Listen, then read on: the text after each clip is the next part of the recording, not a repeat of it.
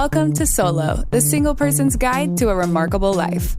Your host, a behavioral scientist and bachelor, talks to leading experts and successful singles about living solo and living well. Travel more, make things, sleep in when you want to. Here's the playbook for the person who is unapologetically unattached. Now, please welcome Dr. Peter McGraw.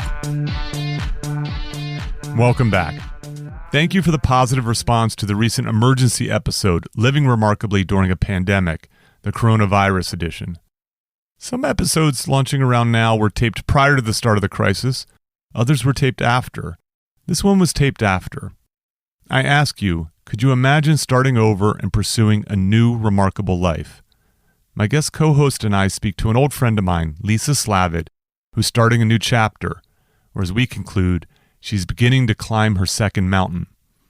Lisa is a great guest because of her remarkable solo life, but she's also an expert in strategic planning and gives you some tips about how to become a better planner, including how to plan to climb your second mountain. We cover a ton of great topics, including asking whether you have money problems or time problems, or perhaps both.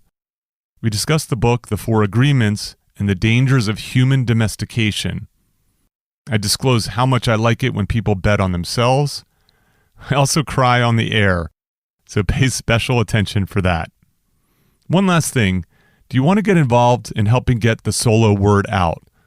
Do you have some social media skills and want to help? If you do, please let me know. I hope you enjoyed the episode. Let's get started.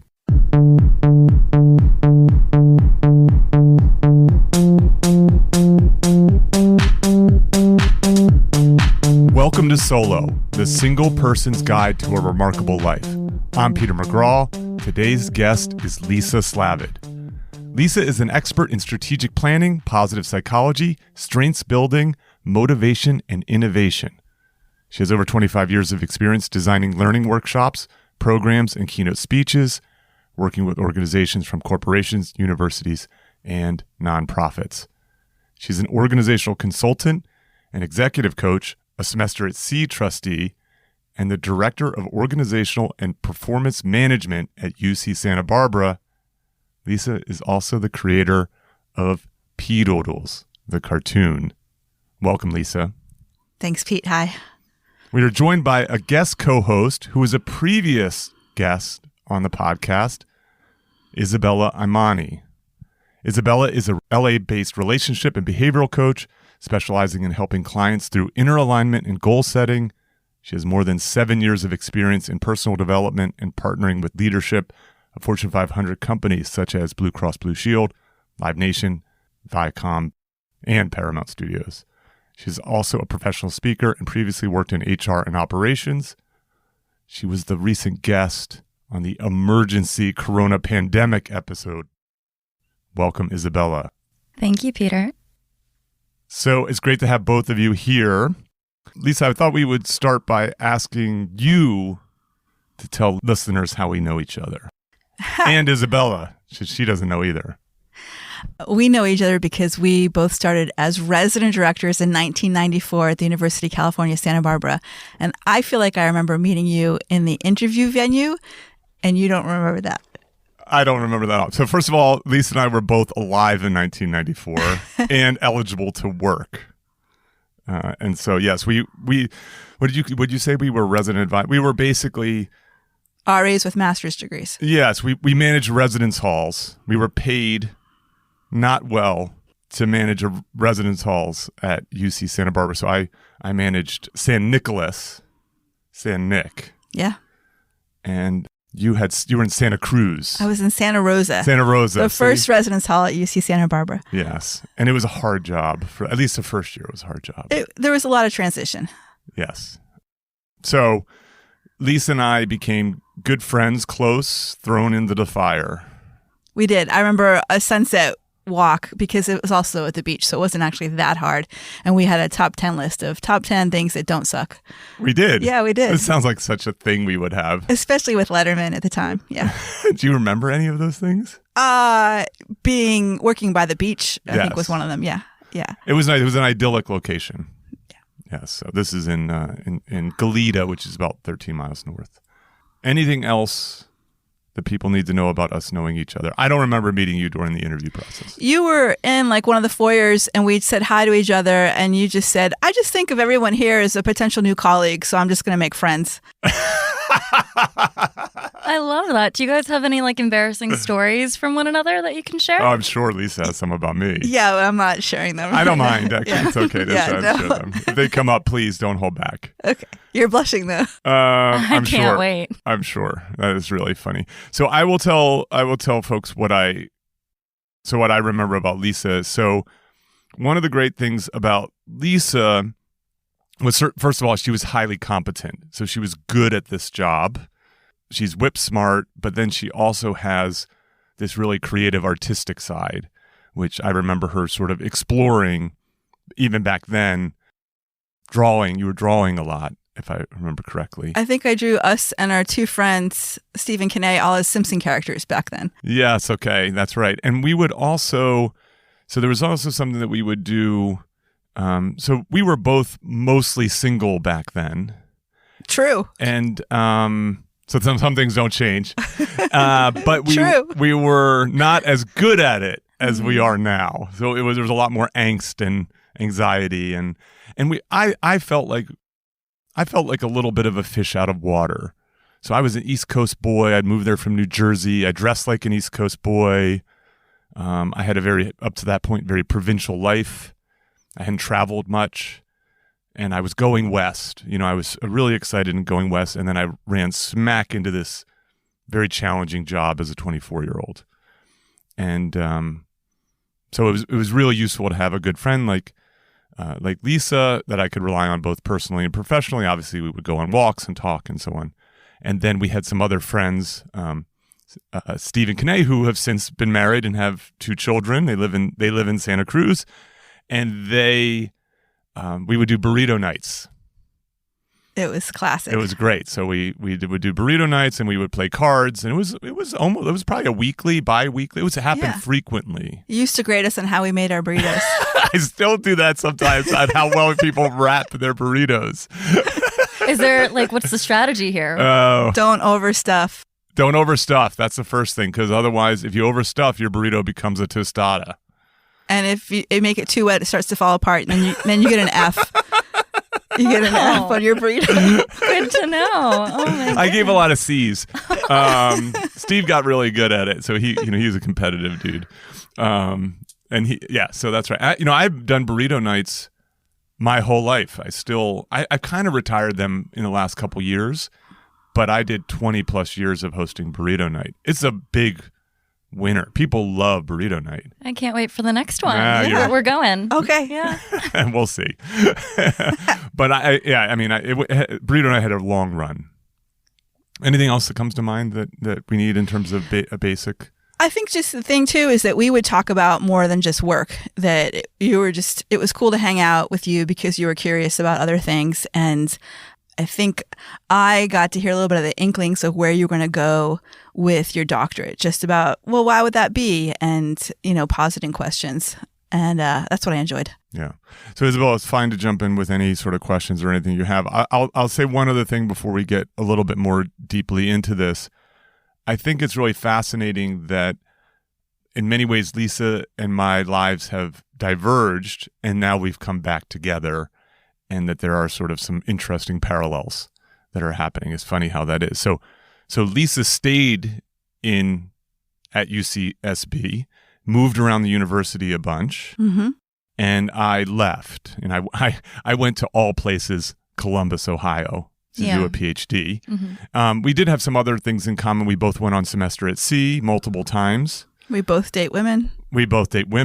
That's right. That was Lisa probably was dating more women than I was back then. Spitting game. I'm not sure. We won't compare now. But I serial monogamist. But I and so for me as an aside, that was I had always had a very progressive attitude.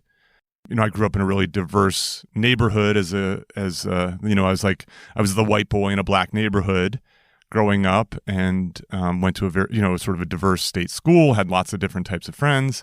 But Lisa was my first very close gay friend. And so for me, and our entire staff was incredibly diverse at the time. So there were 6 hall directors. And so I was the only straight white man for at least one of those years. True. And so the nature of the conversations and the perspectives and so on I was all open to it all, but it was, even for me, pushed me way ahead of, I think, a lot of other of my peers and so on in life. So Lisa stayed. I left. Obviously, I did this academic career. I'm now back in Southern California on sabbatical. I'm contemplating, what a next chapter in my life might be like. And so Lisa's not contemplating it. Lisa is turning the page currently. True. Yes. True. So what's really cool about her is that I typically have 2 types of solo episodes. One is with an expert who might be able to impart some wisdom and ideas in the world. And one is with someone who's living a remarkable life. In this one, we have both together. So it's a lot to live up to. No pressure. Okay, fine. Do you want to talk about that? The chapter? The second chapter and what prompted it, what you're doing?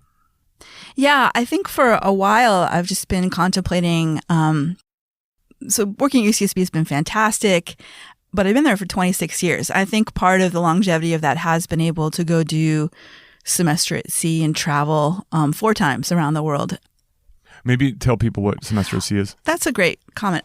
Semester at Sea is an academic program that takes about 500 to 600 college students around the world for academic credit for the same amount as it would cost to be at a land-based campus. And we go to about 10 different countries. You study on ship in between ports, and then the students go explore, sometimes with their faculty in the ports. And it's transformational. The community that forms on ship is amazing. And it's been cool to get to meet experts from all around the world and hear from them kind of what life is like back on their home campus or company or country. And so that's kept me young, I think, and also at UCSB for a while. But a couple of years ago, it started percolating this little bit of friction between work and some other things I wanted to do. And I realized it wasn't about work, it was about time. I love this. And so the more I thought about it, the more it just started quickening. And I wouldn't call it a health scare. I had a health anomaly last year where my ear was tingling. I call it my spidey sense that I went and got it checked out and everything was fine, but it was still an anomaly. Like, why is my ear tingling? And so during that whole piece, I just zeroed in on, hey, what's really, really important right now? Given impermanence. And to me, it was launching. It was launching this next phase and not waiting 5 years. Is impermanence a nice way to say we're all going to die? Yes. It's a nice way, but it's also a wise way that, yeah. It seems less. So Isabella talked about this in our previous episode. So, it's like words matter. So you say bad versus you say challenging. Exactly. Yeah. Yes. So when that happened for you, I mean, like, what was it like an immediate realization that like, oh, fuck, like I got to go do something different? Or like, what was that process like where you're like, this is the second chapter. This is the end of the first one. This is me leading into the second one. Was it like a gradual process or was it just like definitive? It started to feel like a gut process. Yeah. It involved several beach runs and it just got, during the beach runs, it got really clear about what was really important. I didn't want to lean into or think, oh my gosh, I only have a year left. That wasn't the philosophy I wanted to lean into. Yeah. Yet that thought crossed my mind. And so I leapt, though, to the second part of that, which was what's really important. What do I want to do? What do I want to put out into the world as my contribution or gifts? And it was really a lot more around art and actually spending time with my family who spread all around the country and actually other friends too. And so that was the time freedom. And as soon as I felt this click, it was like going to a life chiropractor, like everything aligned, like it's time. Yeah. It's just time. I like that term, a life chiropractor.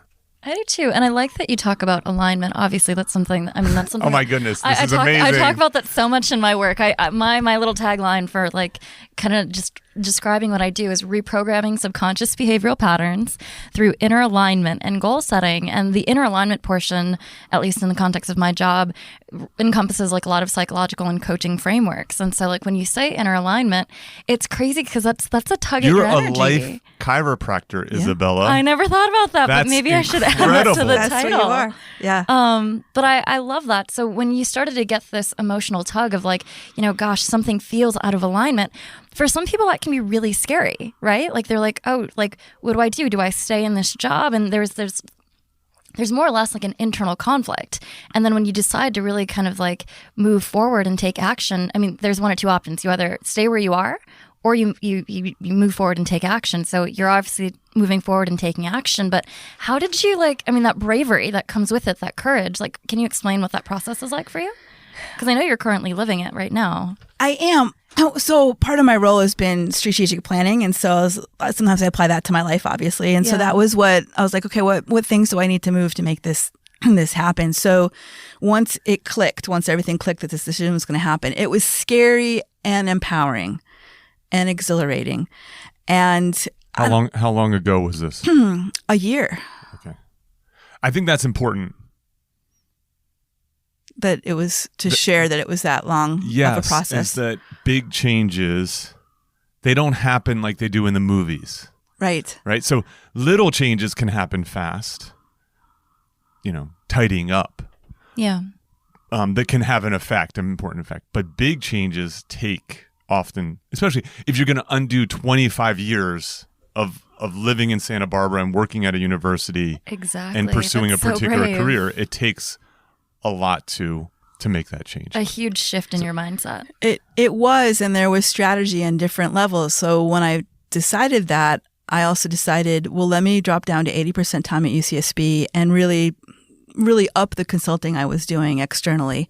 So that was part of the experiment. And I also decided, let me get out vending some of my cartoons a little bit more and doing more markets and fairs just to see how viable those were. While having... And the third element was not just, UCSB is not just a safety net. It was also thinking about, this is a really meaningful career. And so how do I wrap it up here? Also, what is my work left to be done? And I had a great conversation with my mentor and supervisor, Willie Brown, who had just surface here. I said, Willie, shout out to Willie Brown. He was working at UCSB when I was there. What up, Willie? Thank you. Yeah, he's brilliant and kind. I asked him, hey, Willie, he gave me a lot of flexibility too. I told him early, and he said, you got to follow your heart and your gut. And the other piece is, if anything changes, just let me know. And so he also shared when I asked him, hey, what would you like me to work on this last year? And he said, any ways that we can continue to touch people's hearts and souls here at UCSB. And so he's been a huge reason I've stayed, and it's hard to leave, but after years of coaching other people, it was just really clear, I have to follow my own advice, and the energy is taking me away from here. I also want to say I'm really grateful to UCSB because I can leave and start healthcare. I can start a pension, and not everyone can do that. Yes, I understand. There's a certain privilege. There's a privilege in terms of being solo. So if you were married with children, this might become harder. True. And so the fact is that you have a lower, I always talk about burn rates, right? So you can reduce your expenses that can allow you to do this. You also took care of business financially for 25 years in terms of both like the place that you worked, but then also I know how you live. You're not you're an experienced type person. You're not a material type person. That's an excellent summary. Yes. So okay. A couple quick observations, and then I want to get back into because I want the listeners to learn a little bit about strategic planning, and I think we should just use you as someone who teaches it, talks about it, writes about it, and then someone now who's turning it and using it on themselves. So one of the things that I think is really fascinating is that if you're lucky in life, if you take care of business, your money problems go away, but they're replaced by time problems. And so you either have money problems or time problems, or unfortunately, some people have both.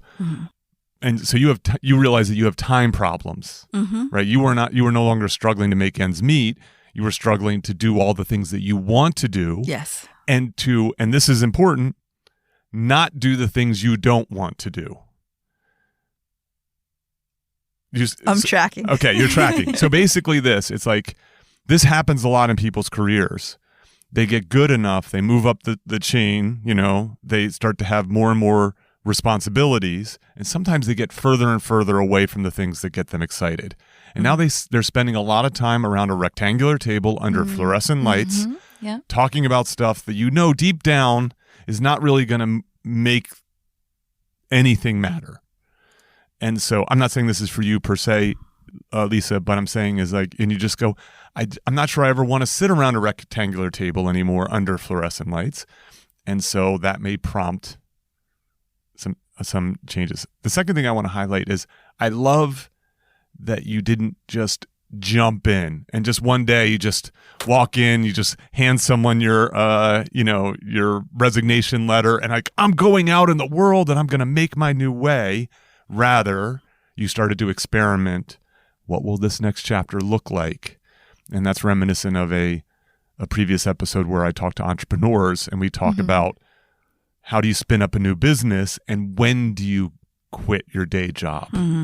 And a lot of that was after trying it out, paying attention until you get to a point where you go, either, okay, I can do this, or, oh my God, I have to do this. Yeah.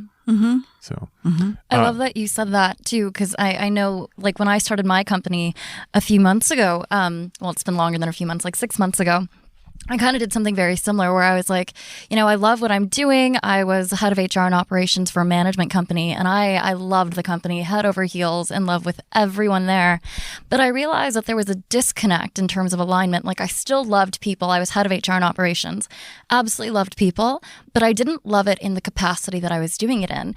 And so, kind of very similar to you, I was like, well, what do I do now? What's the balance here? So, and I'm sure we've all heard kind of the thing where, if you're going to take that next step, do your regular 9 to 5, right? Because that's kind of what pays the bills, and incrementally shift out of that. But what you can do in the meantime is, while you do your 9 to 5, basically 5 to like midnight, like that's when you can devote that time to your passion, and you can maybe just like dabble in it a little bit. Maybe like start that website, see what happens. Maybe, draw a few of your cartoons that you're really proud of, and just, you're like, oh yeah, this feels good. This is doable. Maybe if I attend some more art shows and get some external feedback. I love that you did that, because I think that that's really thoughtful and strategic, which kind of set you up for success for this next step. Thank you. And that resonates. It reminds me of Hudson has a theory of adult development and 4 quadrants. So there's doldrums, which is the only one you want to gently move yourself out of. Cocooning, which is you're just kind of getting new information and resting up. And then new adventures, where you go out and meet people. So adding to your 5 to midnight thing, that's also a great time to just to go out and have. We're both writing this down. And have this is really good. It's a cool time to go out and have neat new conversations with people and just hear how they put it together or what they're exploring.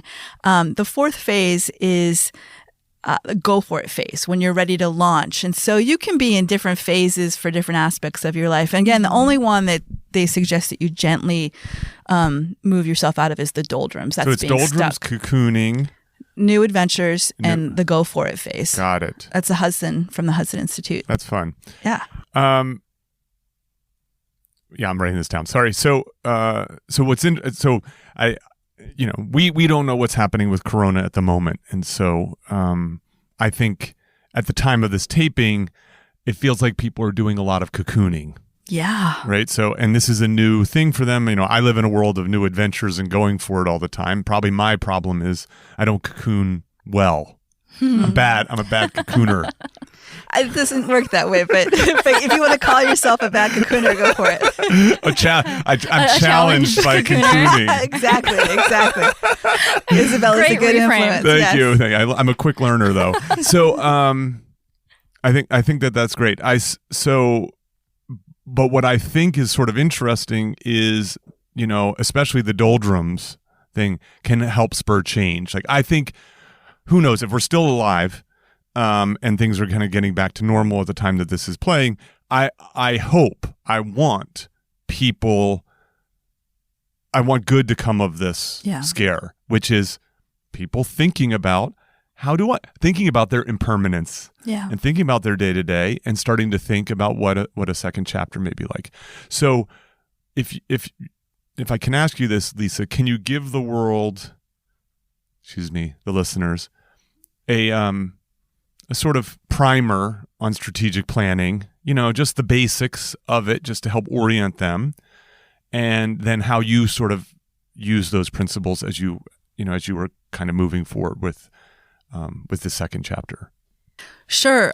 I use a model called appreciative inquiry, which is basically building upon what has energy, what gives life and energy to something, or what's going well.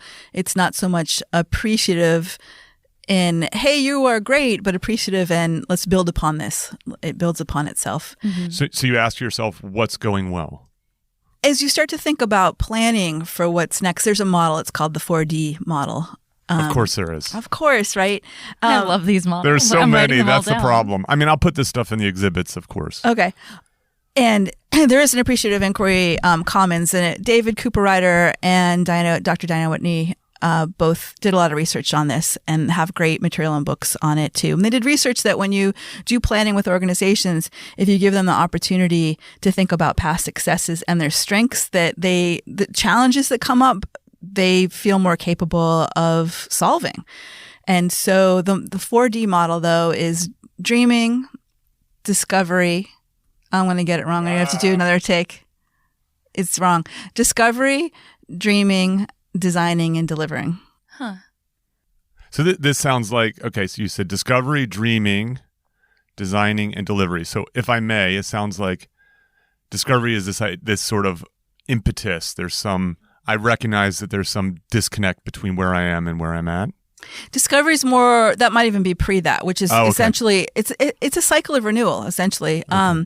I think the discovery is it's a time for reflection. Like we go so fast. And people are making huge decisions off the cuff, which is a great skill set.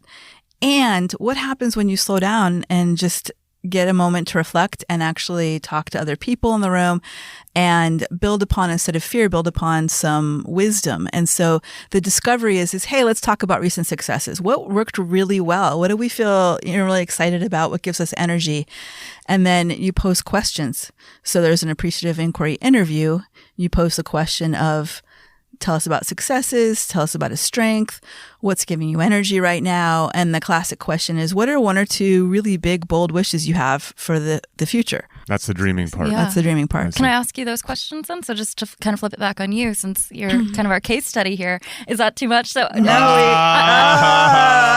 too much? I feel like that might be helpful for our listeners. I mean, I'm curious. Like, what was that for you? Like, what was going well? What wasn't? Like, and what was that reflective process like? Because I think sometimes we get really paralyzed with fear during that discovery portion of it. And something that I realize when I'm working with my clients is, and Tony Robbins says this really well, is questions are the answers. Yeah. But sometimes we don't even know what questions to ask ourselves. So when you were asking yourself, how do I move forward? What is this next stage in my life? What was going well?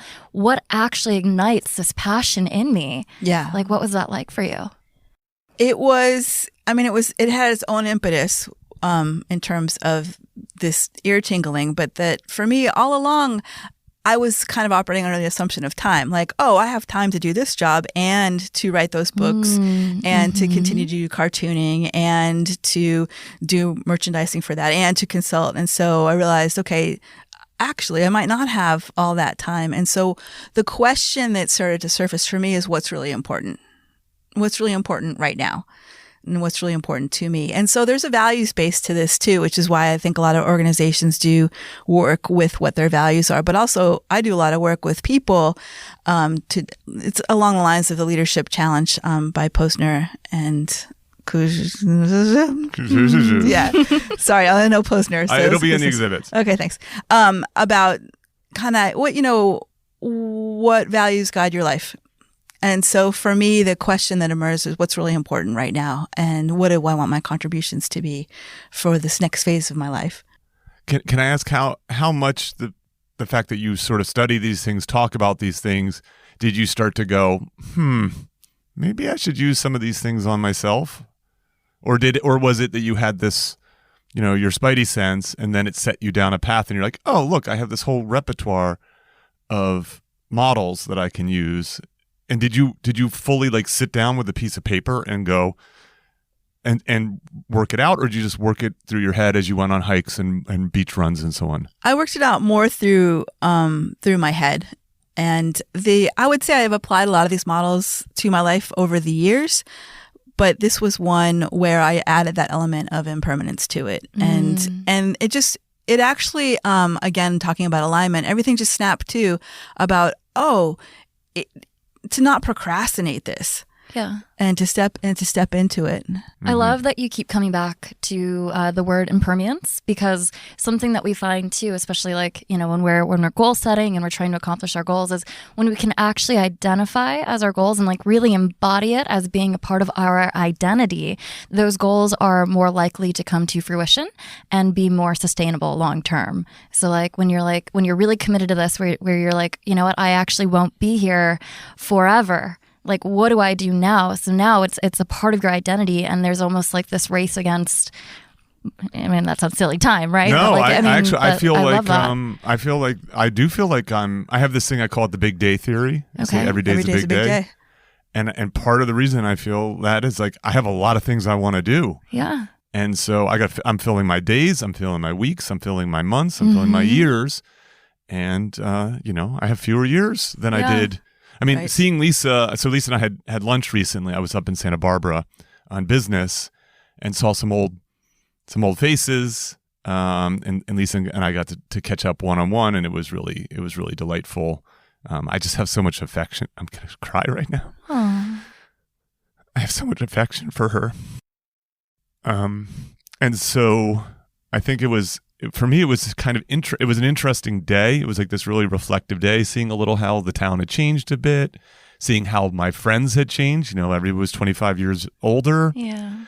Or not quite. And I walked away knowing that I had made the right choice by walking away from that place. So it's a place that it's sticky.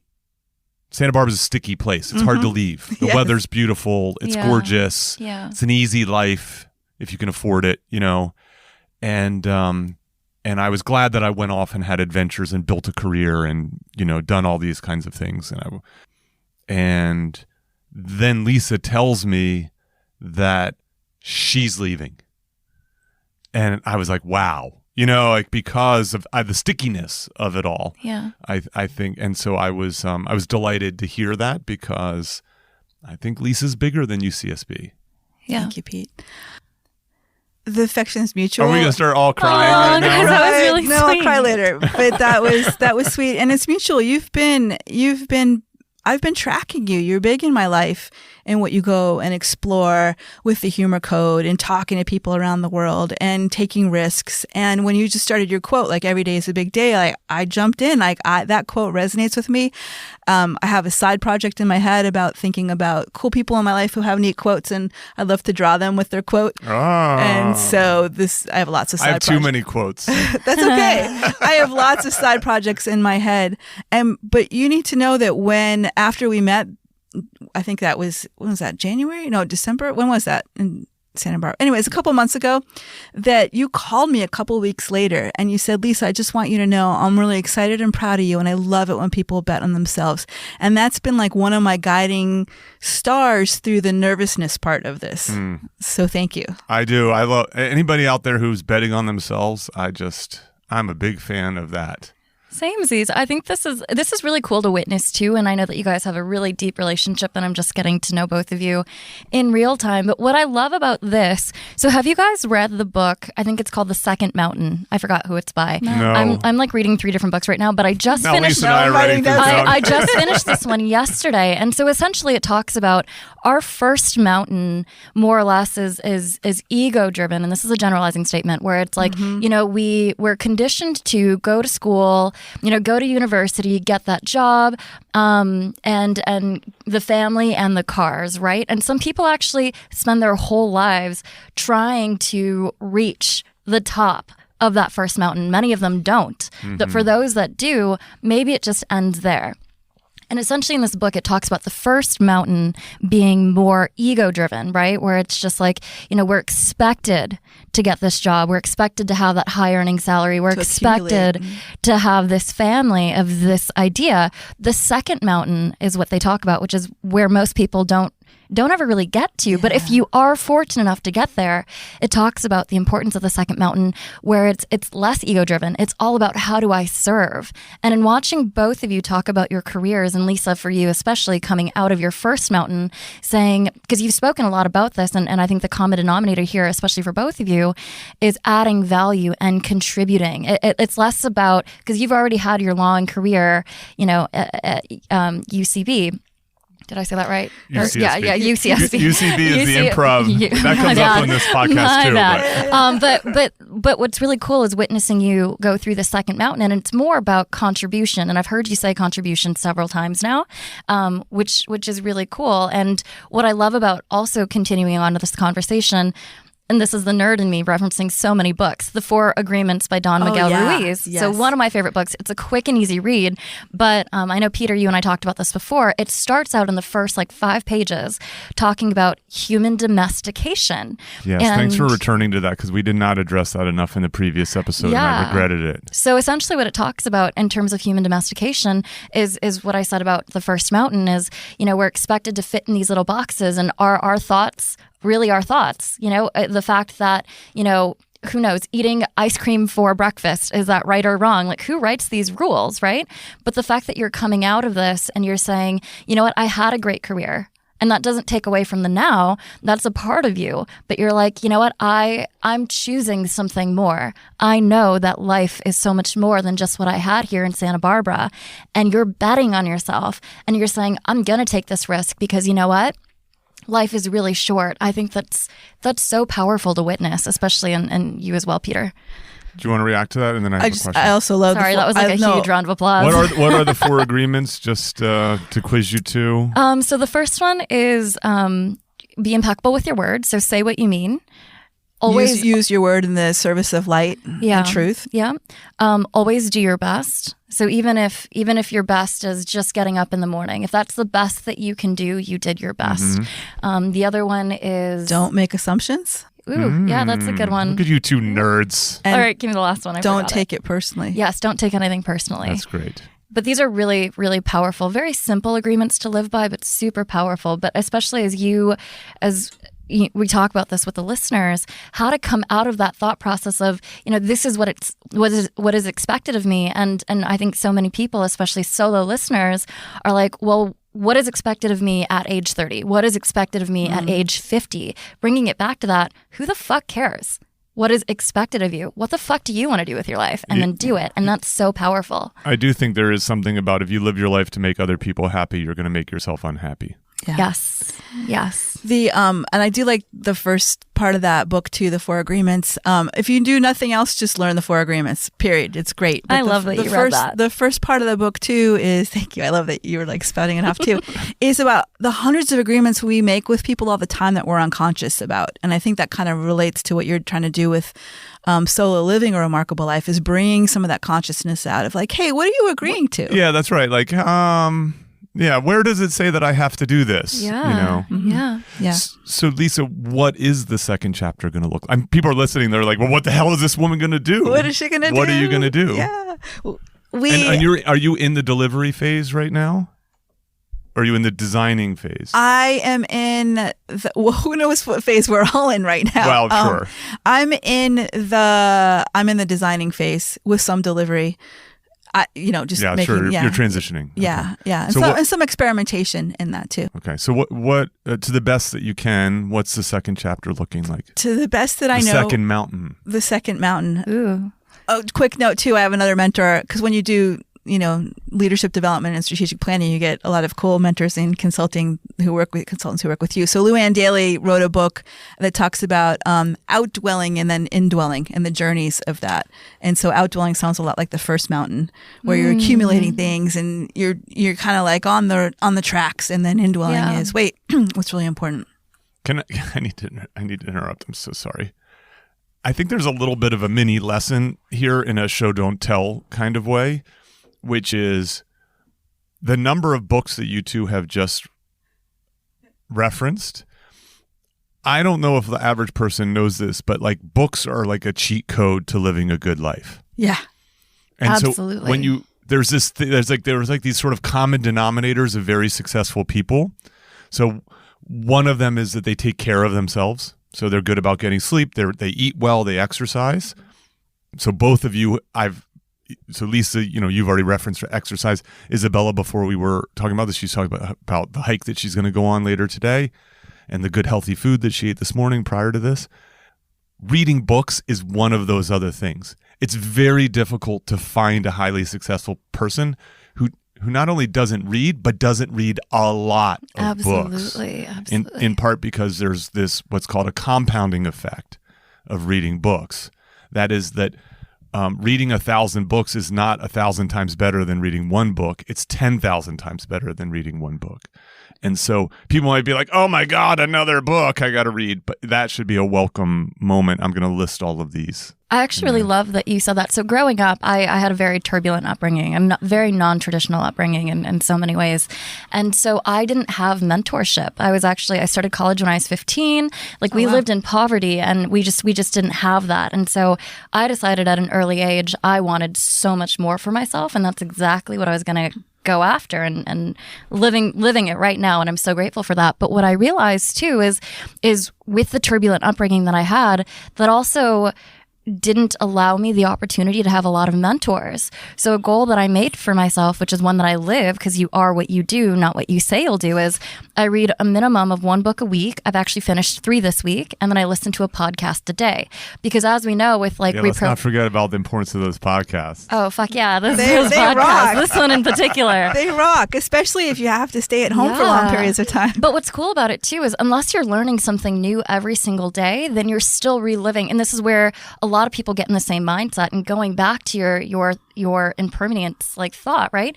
If you're living, breathing, doing the same thing every day, tomorrow is not going to be any different than today was, right? Unless you're constantly learning or you're challenging yourself to try that new dance class, to meet that new person. It's all about learning, and that's actually what pushes the needle incrementally. And if you do this often enough, and it's a consistent part of your behavior, you're not going to be the same person 6 months from now, right? You're constantly going to be evolving. But going back to your point about books as well, it's another form of mentorship if you can't get it directly.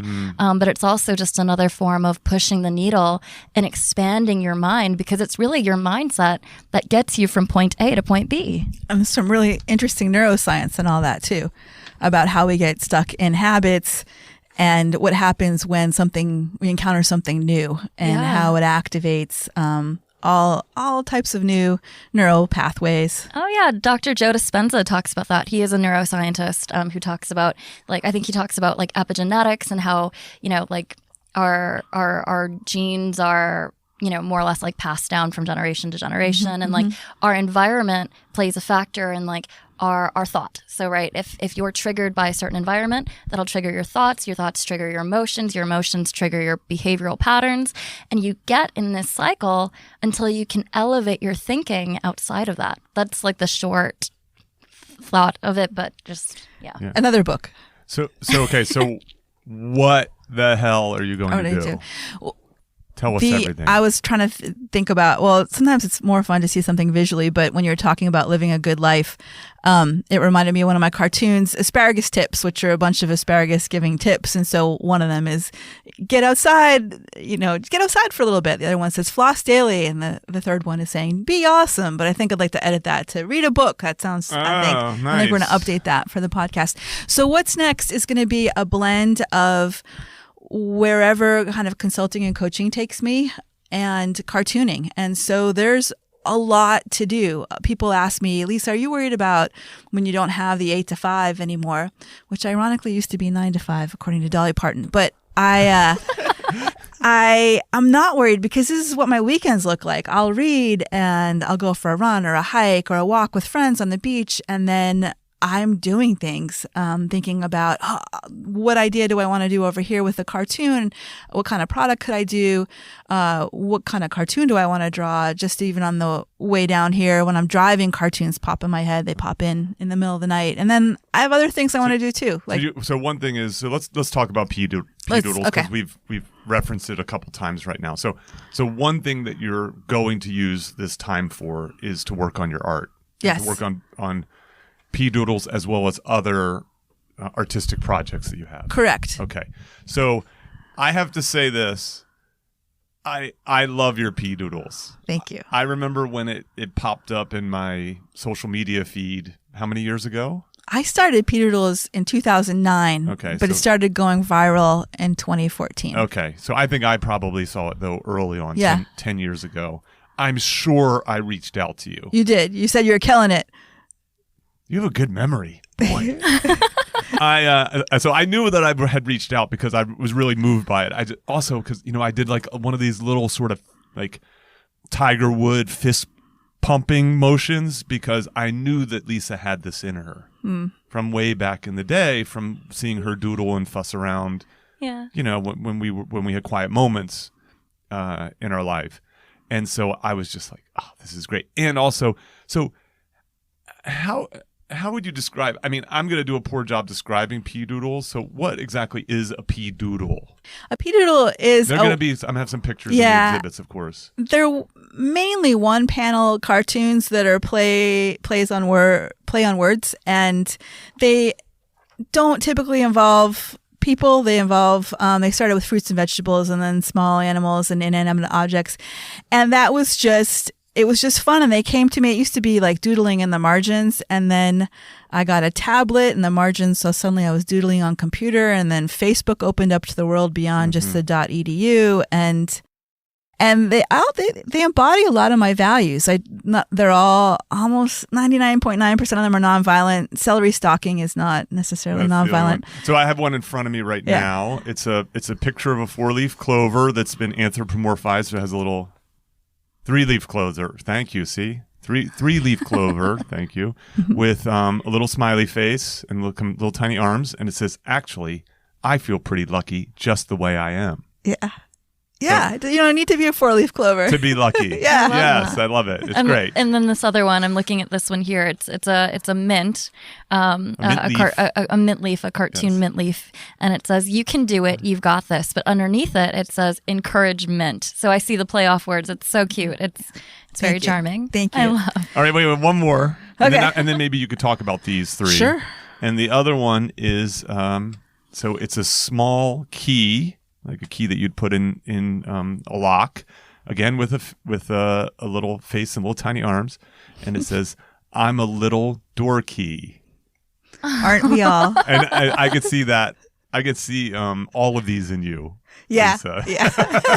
One of my favorite quotes, and I'm a sucker for a good quote, is, and I don't know who said it, but it's a creative adult is a child who survived. What I love about witnessing your second mountain in real time right now is just seeing you as an adult as well express your creativity and this playfulness. And I think that's something that, with human domestication is lost over time. We tend to take ourselves super seriously, and for whatever reason. But I just love seeing this side of you emerge. It's really exciting, actually. Thank you. I may have named so sometimes I know the name of the episode beforehand. Sometimes it comes to me afterwards, and then sometimes I get it while we're doing this. This episode might be called Lisa Slavid's Second Mountain. Oh, nice. Oof. Or it could be the pea podcast. Like green pea. Sorry. I see. Yeah, sorry. Pea doodles. Sorry, we'll go with yours. We'll go with yours. So can you take us through? So you started doing these pea doodles. You're going to be doing more of these as well as these other projects, like you were saying. The idea of this sort of the picture of the person with their saying. I have lots of. It just flows. It's part of the engagement piece is that when one's doing what they love, when I'm doing what I love, it's generative, it's sustainable, it just comes. So I have over 1,400 of these now, and they're all original. I won't say, oh, no one's ever said encouragement before and meant with a little mint, but this was original. And so if I've seen that someone else has done it, I don't draw it. And now the field's gotten a little bit crowded because people love a good food pun, but I think I might have had a little something to do with that. And what I want to do with these is, there's just great opportunities to put them on to apps and all of the emojis and make some merch. Make some merch. But what I really love about these, and I got a message this morning from a relative who said, "Hey, Lisa, I hope you don't mind. I sent the encouragement over to somebody who was working internationally and can't come home and has two kids." And so to me, that just kind of continually highlights that they're based in values. These little doodles are kind of based in the values of kindness and some humor, but compassion for sure. And they've become vehicles of love. And so it's really meaningful to me to see when they get shared. It's not so much like the ego of like, I have 200,000 likes on George Takei's page. There was a little ego there, but it's more like, oh my gosh, people are using this as expressions of love and caring with one another, and to be able to have a little bit of magic. They're pixels, and then they just get spread around the world like that. To me, that's really meaningful. So you talk about your values, and I love hearing you say like kindness and compassion. Where do those values stem for you? Like, were you tell me more about that. Because I love, and that's a different story for everyone, but you as the artist, as the creator, wanting to share your art with people, where do those values stem from for you? Well, now I'm going to get a little teary. They stem from my family and from people who I met along the way, too, who I also consider family. Lots of mentors and teachers and colleagues. And actually, UCSB is a pretty magical place with great people. I'm really honored for all the students I've met throughout the years who have also taught me kind of like this playfulness. And it can be intergenerational playfulness, but the values come from my mom and my dad. And they both taught me about, in their own ways, about respect. My dad taught me about like always shaking people's hands, being perhaps a little bit gentler with someone who might be much older than I am and not do the firm handshake because they might have arthritis, but like nuances like that.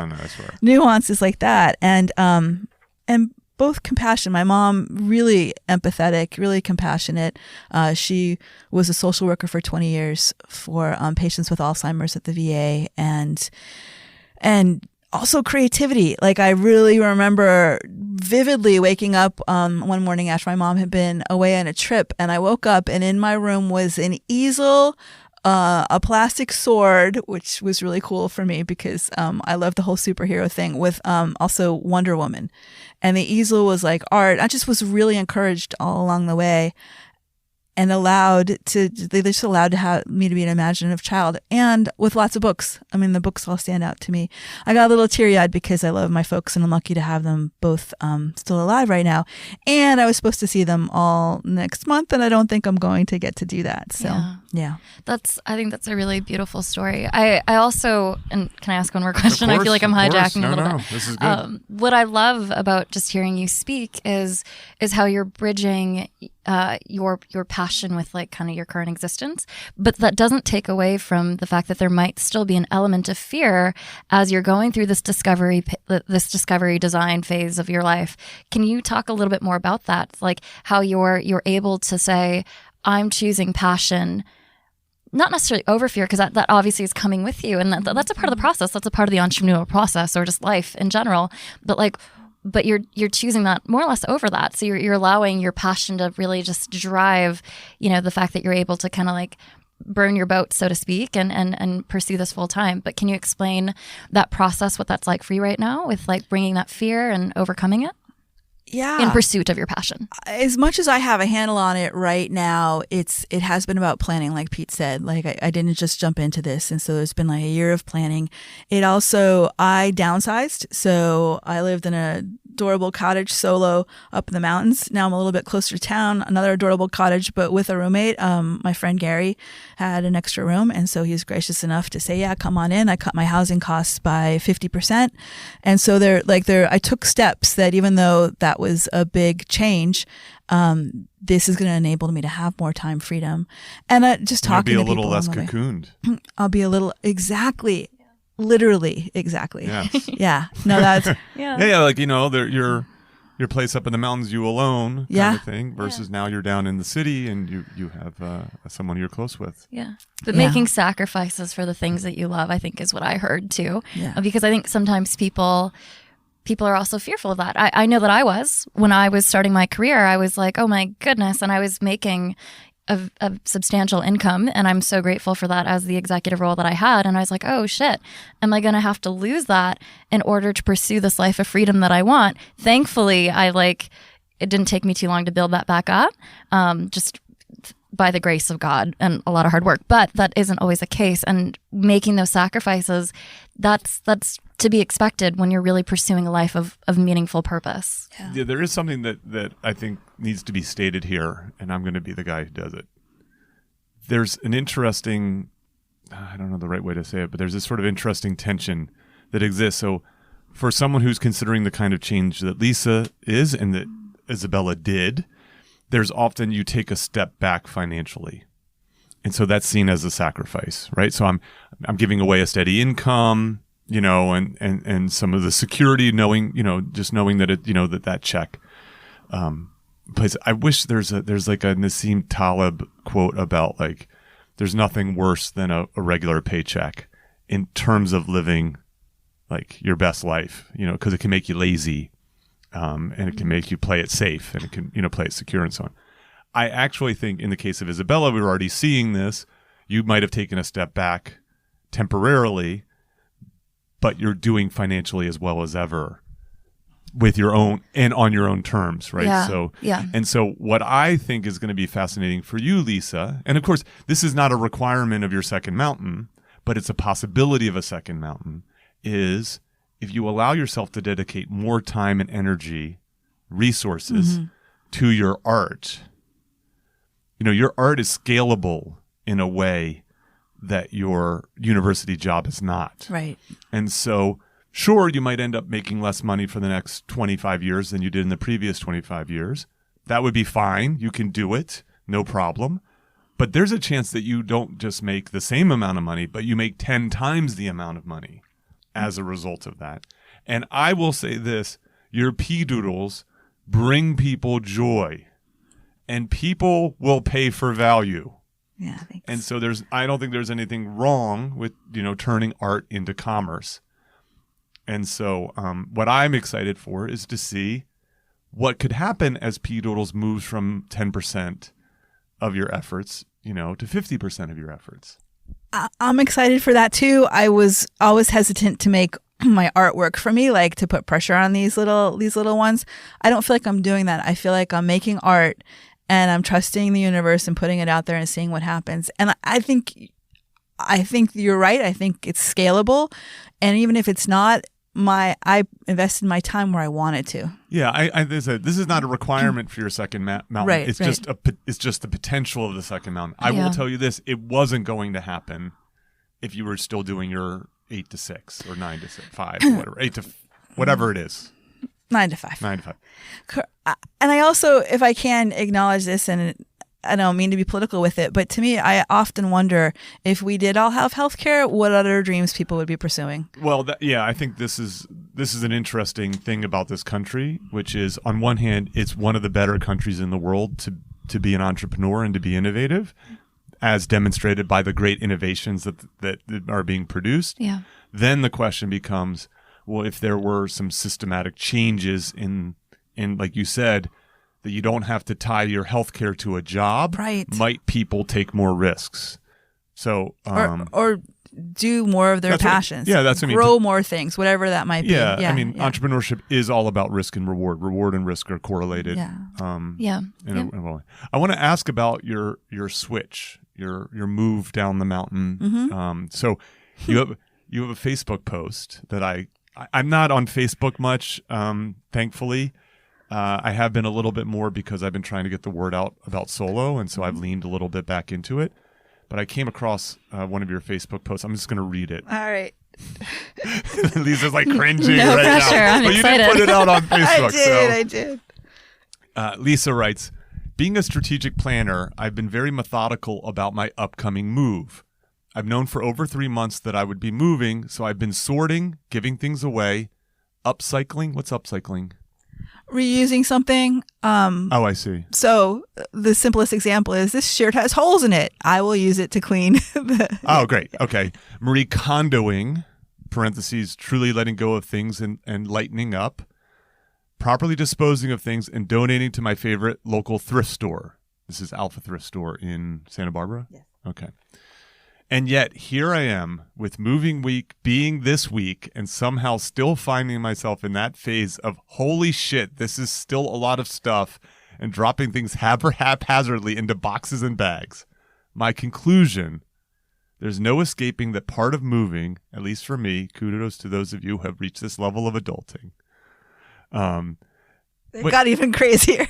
Yes, exactly. Right. Like, if you saw my car right now, like I've moved, but there's still things in my car. I don't know where they go. And there's no sense to what's in the boxes right now. And so I noticed that because I went through a little sort of a similar thing.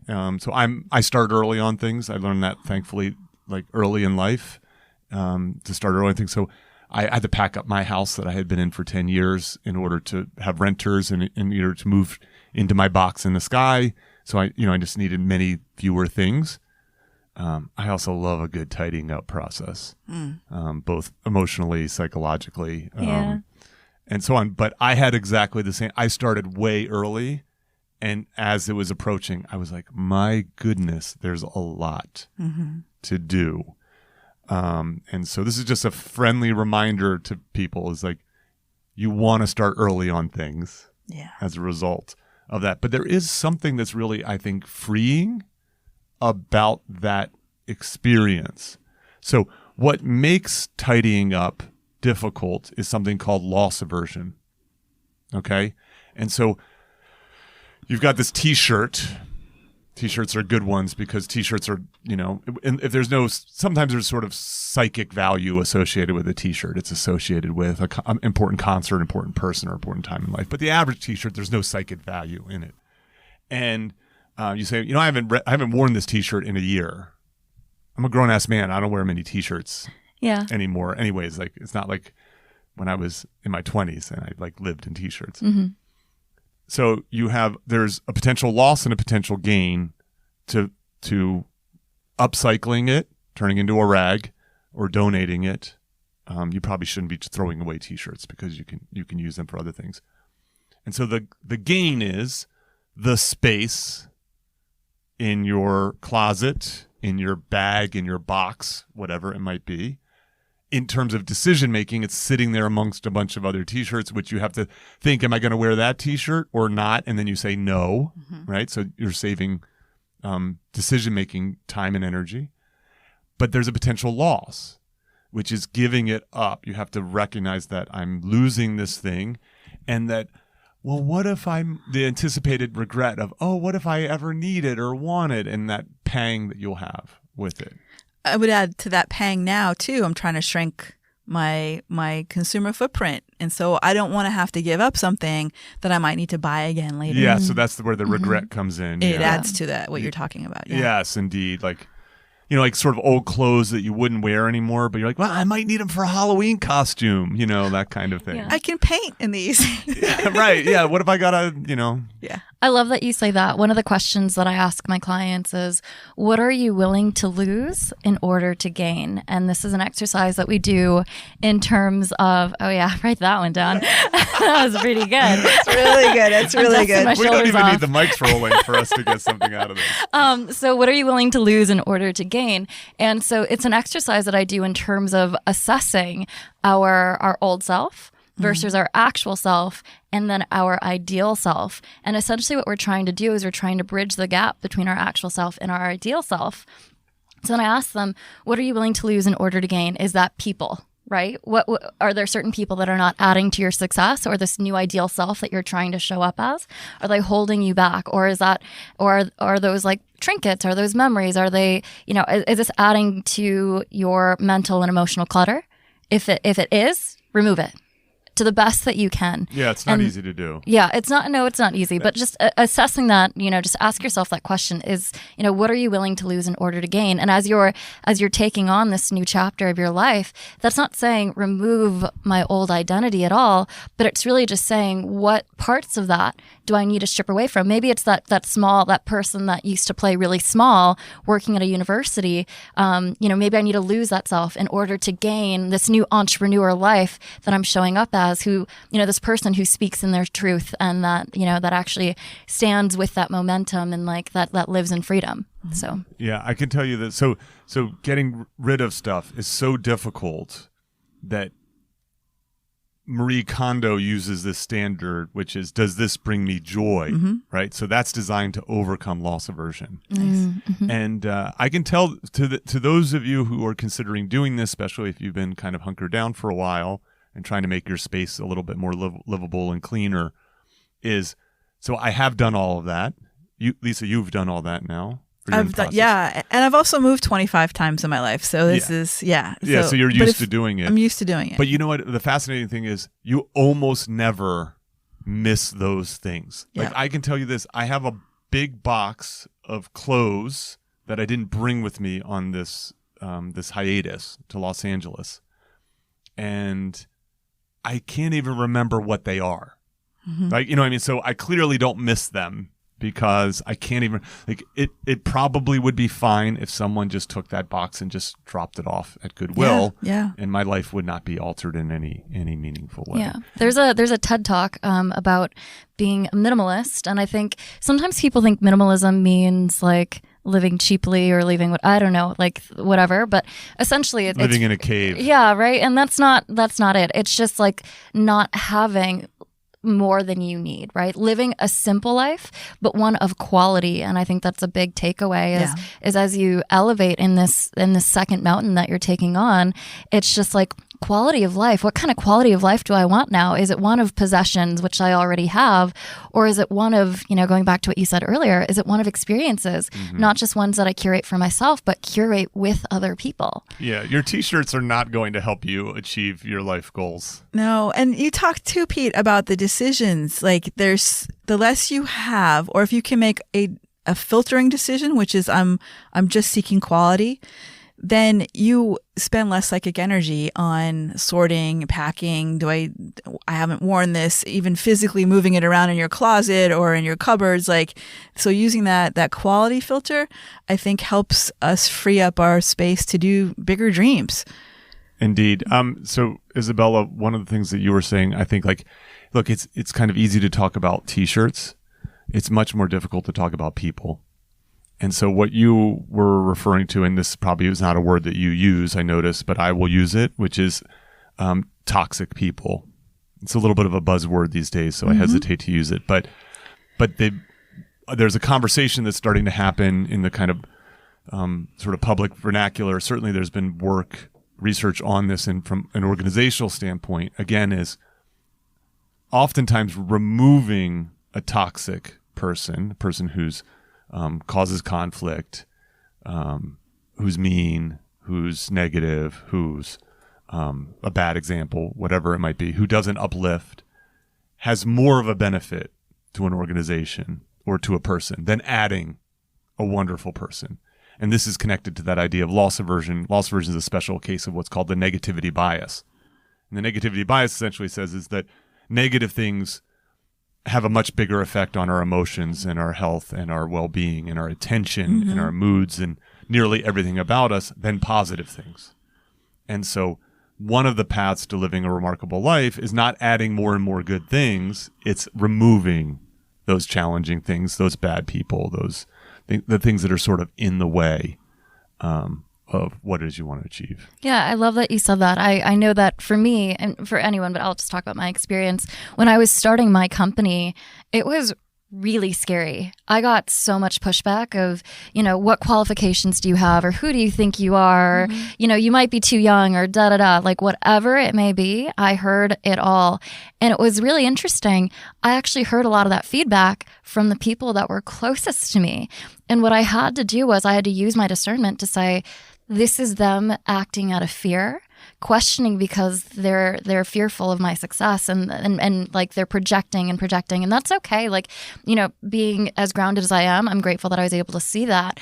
But the reality is if I continued to allow those thoughts and those behaviors to influence from that place of fear, that actually might have held me back significantly.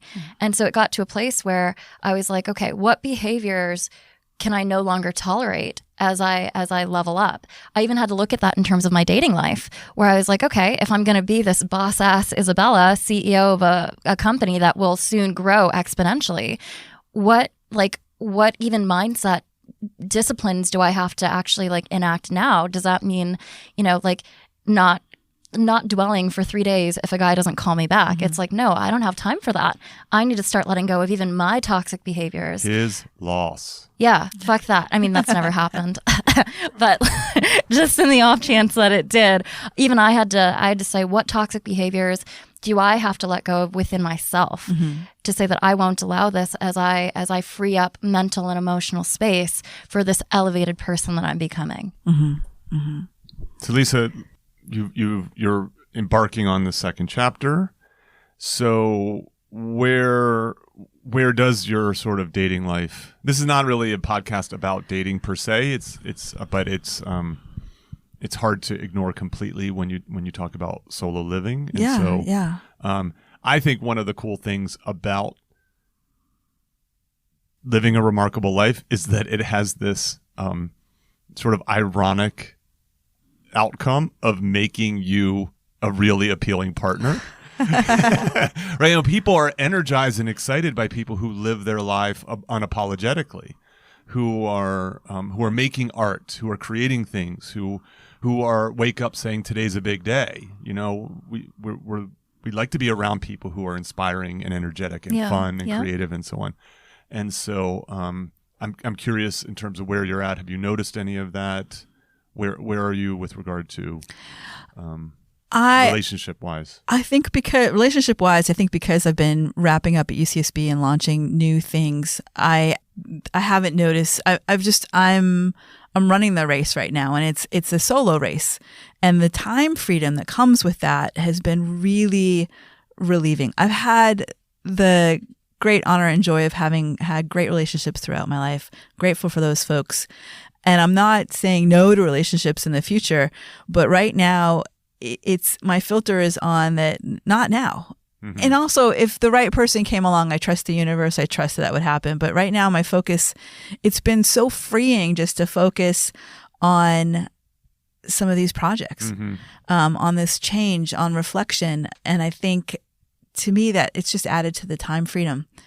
And so I think I'll leave it at that. There's a little energy here and there, but I'm still running the race. It's like the middle of the marathon, and there might be some flirting, but we're not going to stop and have a date in the middle of the marathon right now during these changes. That's great. Yeah. You know, I have this saying about solo but not alone. And, so you use the marathon metaphor. You know what I think is really cool? Like, you run a marathon, it's actually not as solo as you think it is. And so, for example, you need someone to set up the marathon. You need volunteers who are going to hand you cups of water. And so one of the things listening to you, Lisa, as you talk about this is, yes, you're responsible for what's happening in your life, and you're the engine and you're making it go. And maybe you're not having love affairs along the way, but you're not alone in this, right? You have this roommate who clearly is a supportive person. You talk about your boss and encouraging you, not trying to hold you back, hold you down. One of my exes is storing stuff for me. Yeah, all of that. Yeah. I think that's like a neat idea in terms of just remembering that we need people, you know, and we should be, to your point, Isabella, I think really is important. It's like, we should be careful who those people are. Yeah. You know, are they acting in I do this all the time where I keep referencing previous episodes. So in a previous episode, the dating friends and sleeping with strangers episode, we talk about what makes a good friend, right? And so this is sort of my current list: trustworthy, reliable, energizing. And then I haven't figured out the exact word for it, but a good friend you can go to with good news and they'll celebrate with you. Mm. And you can go to them with bad news and they'll commiserate with you. Right? That is, they don't go, oh, that's really good, Lisa. Yeah, I've got this book coming out too. Yeah, it's really great when things are going well, isn't it? Kind of thing. Yeah. That's not a good friend. And a bad friend is like, oh yeah, that sounds tough. I know exactly what that's like because I've got all this tough things going on in my life where it's not your friends aren't competing with you. Yeah. The power of proximity is a real thing. I know there was a study done about it, and I'm sorry, I'm just throwing out a study, and I don't actually know the details of it. Right. Science. But we'll just we'll all just some Google it. science I in. just think it's important to just even reference that, so then just to like put in some curiosity there. But the power of proximity, and I'm sure we've all heard that like the 5 people that you're surrounded with the most, like can really add to your success or take away from it. And so just being mindful of where you place your energy, especially in times like this where it could feel a little uncertain, right? It's not as grounded as before. So just making sure that people add to that level of like stability, especially like to support you during, just times of uncertainty. And I think that like that's so cool just to watch this journey evolve for you. Thank you. So Lisa, any last ideas to come back to some of the strategic planning stuff that listeners who are sort of thinking a little bit, like I will say this. Someone's listening, they're inspired. What's the first step that you would suggest that they take to move that inspiration into action? I just had like 10 steps I jumping know, into but my head. you just need to get people moving. Find a good question. Find a good question and find a good person to be mutual. Ask that question of each other, or maybe they have their own good question, but find a good question that helps you evolve. Okay, so what might that, like, what would, if you were to go back and try to get back to your run on the beach? My question was, what's really important? What's really important? Yeah. Okay. And I wrote down Isabella's question, what are you willing to lose in order to gain? It could be, what do you want to gain? Mm-hmm. It could be, if I could have more of something that didn't involve money, but like more of something in my life by design. Yes. Mine would be, what if I never had to sit in another faculty meeting? Yeah. Yeah. What if I never had to sit around a rectangular table with fluorescent lights? I'm not saying that's my question, but that's one that popped into my head. Right. That's there. Well, and I put the appreciative inquiry spin on that, which is you typically take the wording and make sure, instead of saying, hey, what really sucks about this place, you say, hey, what's 1 or 2 wishes you have for the future? That's good. That's approach oriented rather than avoidant. But sometimes for people, it's you do have to ask what the pain point is, and that actually is part of the motivation to move. Well, yeah, negatives are sometimes more motivating than gains. Yeah. I just want to add too, because the thread of this conversation has been fascinating, and I also want to just add the UCSB was still really rewarding. I know. Don't worry. We're not shitting on UCSB too much. But that I'm moving on to my second chapter of offering things, but that it still is. Like, it was a meaningful role. Yeah. By the way, I want to say this. Look, it's not about UCSB or the University of Colorado or whatever company that Isabella worked with. It's about organizations. And so they serve a purpose. And they can often serve as a platform and a place for growth, and obviously a place to get health care and a steady paycheck, and to have collisions with impressive people and so on. I'm not disparaging all of that. It's just sometimes what happens, and actually I write about this in my new book. Sometimes it's time to take either a bigger place, a bigger platform, or a bigger perspective. All of that. All of those things. And it's just, you may not find that in your home institution, in your Fortune 500 company, in your government job. That's my only point. And so it's not I appreciated my time there also. It served as I mean, look, I traveled around the world twice within 4 years because of the experiences I had there and because of the people I met. I'm grateful for it. Right. So I just wanted to make sure no one thought I was leaving toxic colleagues because I'm still working with them for 3 months and they're awesome. I don't think it sounded like that. Cool. I think actually for me the thread that I heard was actually less about even like the corporations portion, because like, I mean, I thrived in mine. I loved all of mine and everything that I had. Like it was the most amazing experience. I think for me the thread that I'm hearing is the human domestication portion of it. It's just thinking. It really is just a matter of thinking outside the box, because every role that I ever held led me to where I am now, and everything like played its part. It's just really, I got to a place in my life where I was like, I was ready to think outside the box and do what I want to do on my own terms. And it really was going back to what you said. And actually, Tim Ferriss writes about this in his book, The 4-Hour Workweek, lifestyle design. Yes. And so when I was thinking about leaving my job, the simple question I asked myself is, all things being equal, if all pay were equal, if I were making my millions, what would I be doing? And I landed on this, and I'm like, yeah, this feels right. This is alignment. So all things being equal, and then just pursuing that relentlessly, because that's the purpose. That's what, the driver is. That's super, Lisa. Oh, can I say one more thing Yes, before we wrap up? of course. Because part of my messaging that's been really clear to me recently has been about how everyone is creative. And I don't mean just arts and crafts creative, but like by the definition of creativity, we're often comparing ourselves to big C genius creatives, but everyday creativity.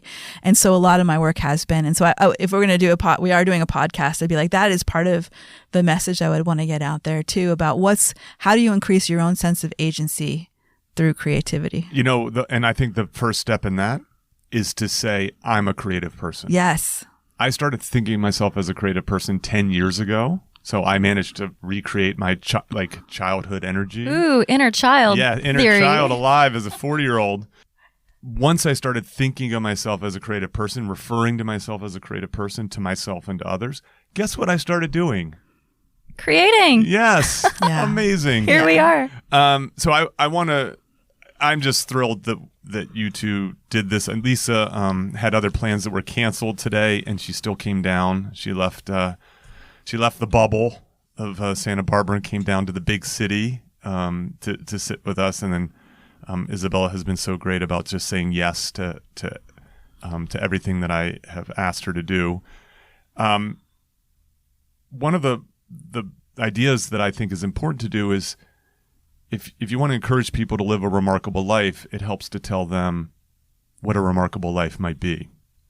And that's difficult because there's no one remarkable life. There's only remarkable lives. Oh my God, I'm going to cry again.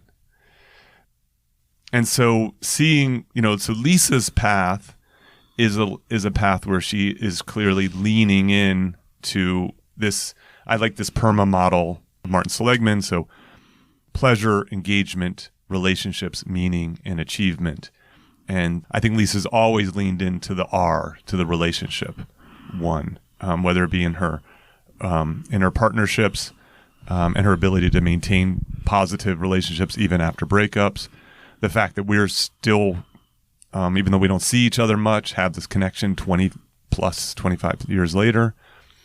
She's always had this engagement, this artistic, creative part of her person, and just to see it just keeping rising up in her and something that she's leaning into with her second chapter, I think is fantastic. And I think, as I said, with her doing that, who knows, the achievement might follow, as a result. And so I'm very excited. Thank you. For your remarkable life, Lisa. Oh, I am too. You're going to do so well. So excited. Both. And so, Isabella, thanks for your first guest co-hosting gig. Woo-hoo, She was great. Thank you. I'm going to give you an A- for as a grade. Wow. Wait, why is it A- Yeah, bad? for real. Isn't A- supposed to be good? Excuse you, have you met me? I'm a perfectionist. Maybe he's saying there's always room for improvement for all of us. I don't care what he's I know, right? We need to work on your mic work. a little A++. We'll get you an Oh, A. actually, that's fair. I deserve an A- for that. Is that human domestication? What are you doing? Lisa, I'm not going to give you a grade. I'm going to say that you're great. Thank you so much for being here. Thank you to everyone who's listening.